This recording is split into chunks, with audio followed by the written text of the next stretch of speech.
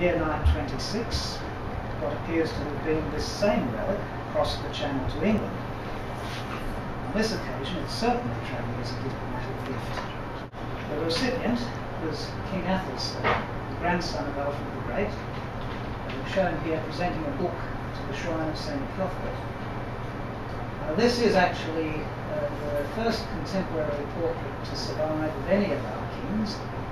The pigments have obviously oxidised quite a lot over the years. The giver of the relic was Hugh, Duke of the Franks, known to history as Hugh the Great.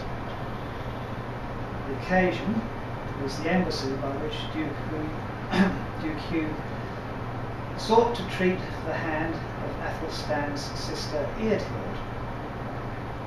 There was a great treasury of relics involved, not the lance alone, but also a fragment of the wood of the cross enclosed in crystal, a sword which was said to have belonged to the Emperor Constantine and to have one of the nails of the Crucifixion enclosed in its hilt, a fragment of the crown of thorns, and a part of the standard of St. Maurice, the commander of the Feudal Legion.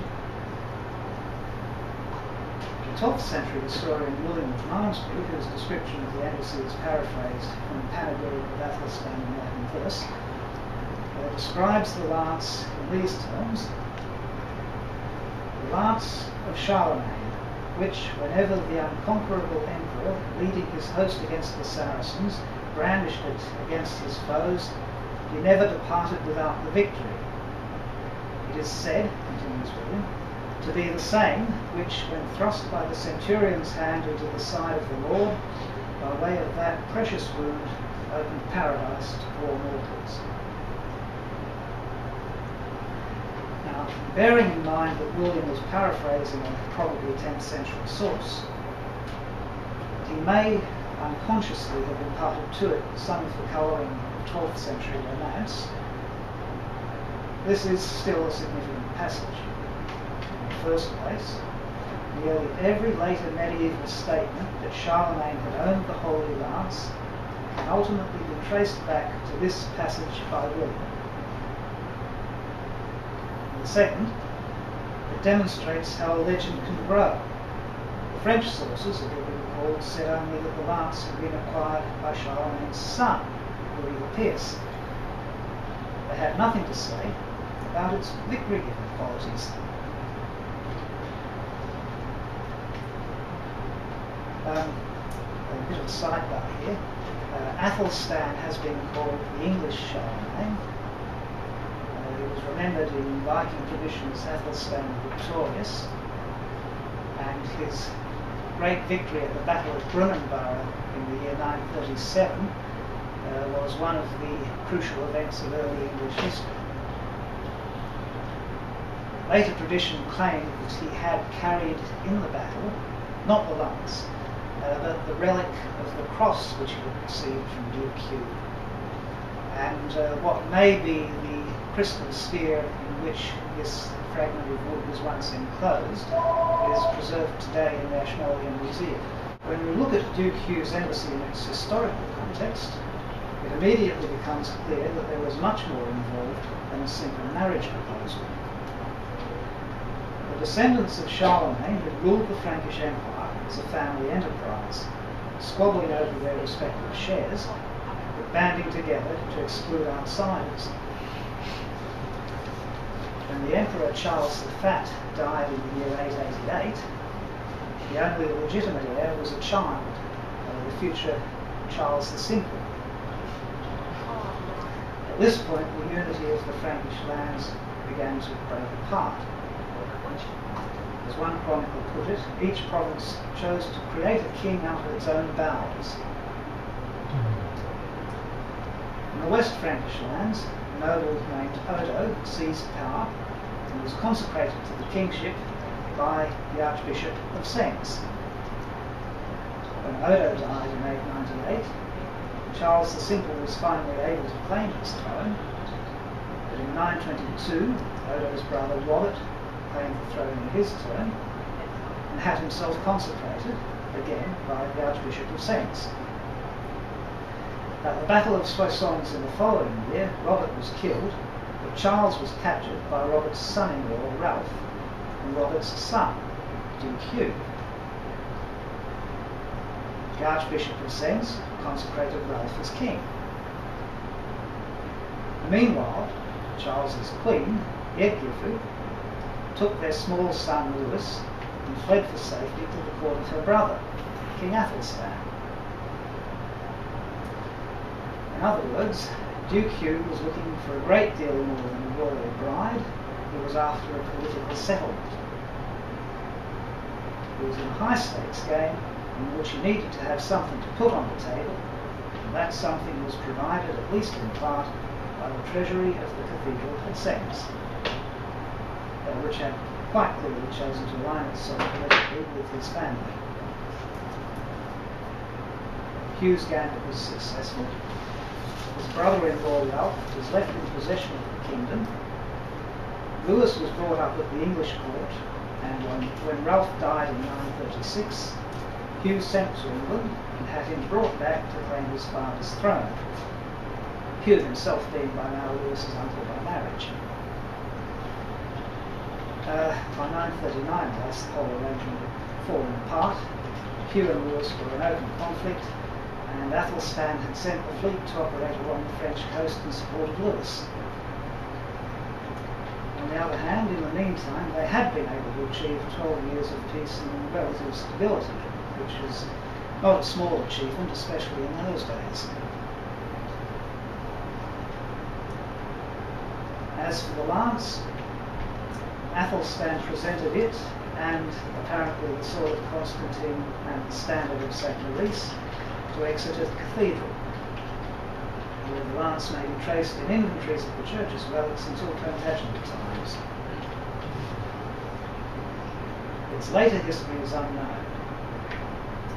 There's no reason to suppose that it did not remain at Exeter until the religious upheavals of Henry VIII's time. Then, of course, most of England's relics were destroyed, save for those few which were hidden away or spirited overseas. The lance remained at Exeter after this, and then had to survive Cromwell's Puritans, or the English Taliban, in the 17th century, and Goering's Luftwaffe in May of 1942, when Exeter was badly blitzed. In all likelihood, I'm afraid, it is lost to us. But some relics were hidden away. Some are being rediscovered only in our own time. The bones of St. Edward the Martyr, for instance, were found again as recently as the 1990s. So it is just possible, somewhere, in a forgotten nook in or about Exeter, there lies an old iron spearhead, wrapped in ancient and crumbling silk, with a faded label that reads in insular lettering, Lancia Domini ex dono regis Athelstan, the lance of the Lord, gift of King Athelstan. I'd like to think so. In Constantinople, at about the same time as Louis was trying to secure his throne in France, the scholar Emperor Constantine Porphyrogenitus, Constantine VII, was writing a detailed account of the ceremonies of the imperial court. Amongst many other matters, he records that it was customary on Good Friday for the emperor and senior officials of the court to venerate the Holy Lance, which was kept in the Pharos chapel of the imperial palace. This simultaneous presence at opposite ends of Europe, two relics, each of which claimed to be the original Holy Lance, raises several questions, but chiefly, what was the relation of the relic which Constantine venerated at Constantinople in the 10th century to that which Charlemagne's son was supposed to have acquired from Constantinople 100 years earlier? And what relation, if any, did either of these bear to the relic venerated at Jerusalem in the 6th and 7th centuries?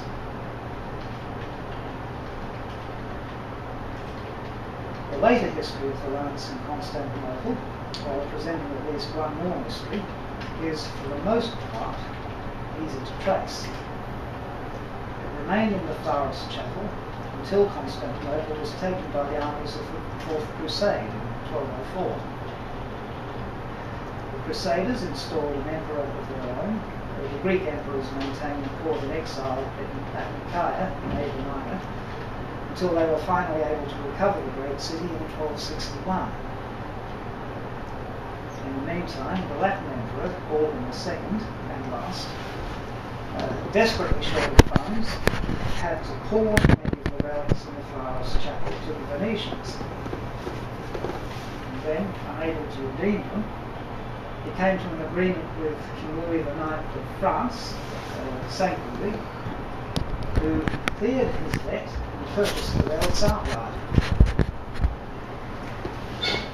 and added to the consignment other relics which were still in Constantinople. These relics arrived in Paris in 1242 and included, amongst many others, part of the wood of the cross and the crown of thorns. They were seen here in a drawing by the English chronicler Matthew Paris, being exhibited to the people of Paris by the king. Now the lance, it appears, had by this time, perhaps much earlier, been broken. Louis obtained the very point of the weapon, and Baldwin obtained the greater part. Louis built the Sainte-Chapelle in Paris, seen here on the right, an early 15th century painting, to enshrine his relics. They remained there until the French Revolution. The main part of the lance remained in Constantinople. After the Greek recovery of the city in 1261, by which time the Pharos chapel and much of the great palace were derelict, it and those other relics of the Passion which were still in Byzantine hands were exposed to the veneration of the faithful in the great cathedral of Hagia Sophia.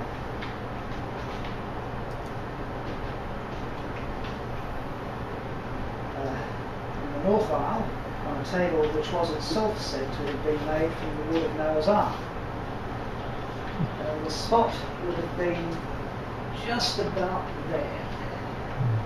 They remained there until Black Tuesday, the 29th of May 1453, when the city was taken and sacked and the church desecrated by the Muslim armies of the Turkish Sultan.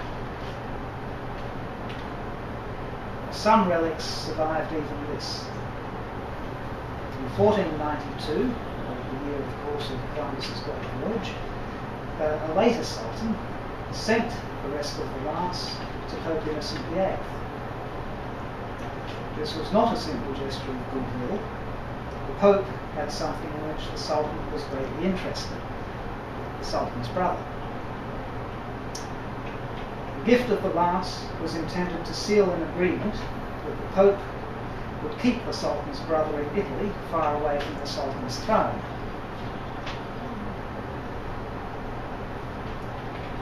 When the present St. Peter's Basilica was built in the 16th century, the lance was enshrined within one of the four great pillars which hold up the great central dome.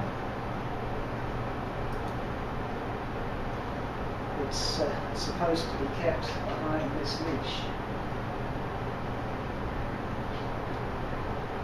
In the mid-18th century, Pope Benedict XIV, seeking to confirm that the Sultan had indeed sent his predecessor the genuine lance, arranged to have a careful and exact drawing made of the fragment in Paris, and after comparing this with the relic in Rome, declared himself satisfied that the two parts were indeed parts of the same original spearhead.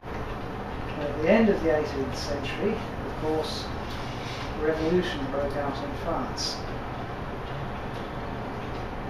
The Sainte-Chapelle was stripped of its relics, perhaps only a minor offence in view of the way the revolution was stripping men of their lives.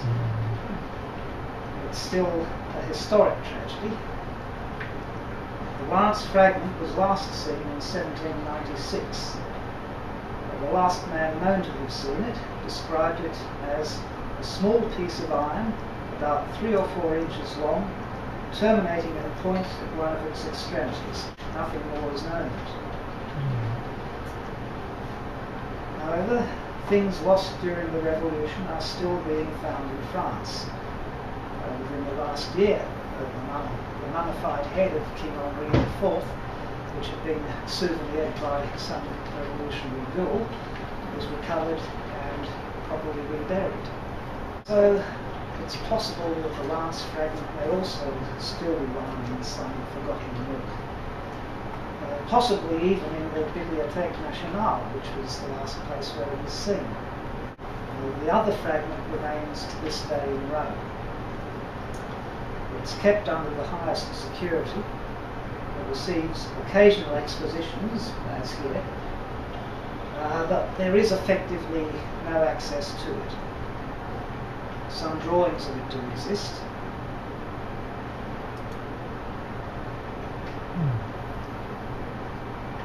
But as you can see, there's a certain lack of agreement amongst them.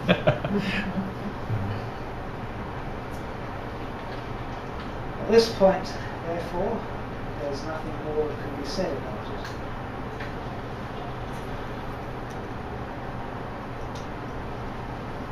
And what about the lance in Vienna?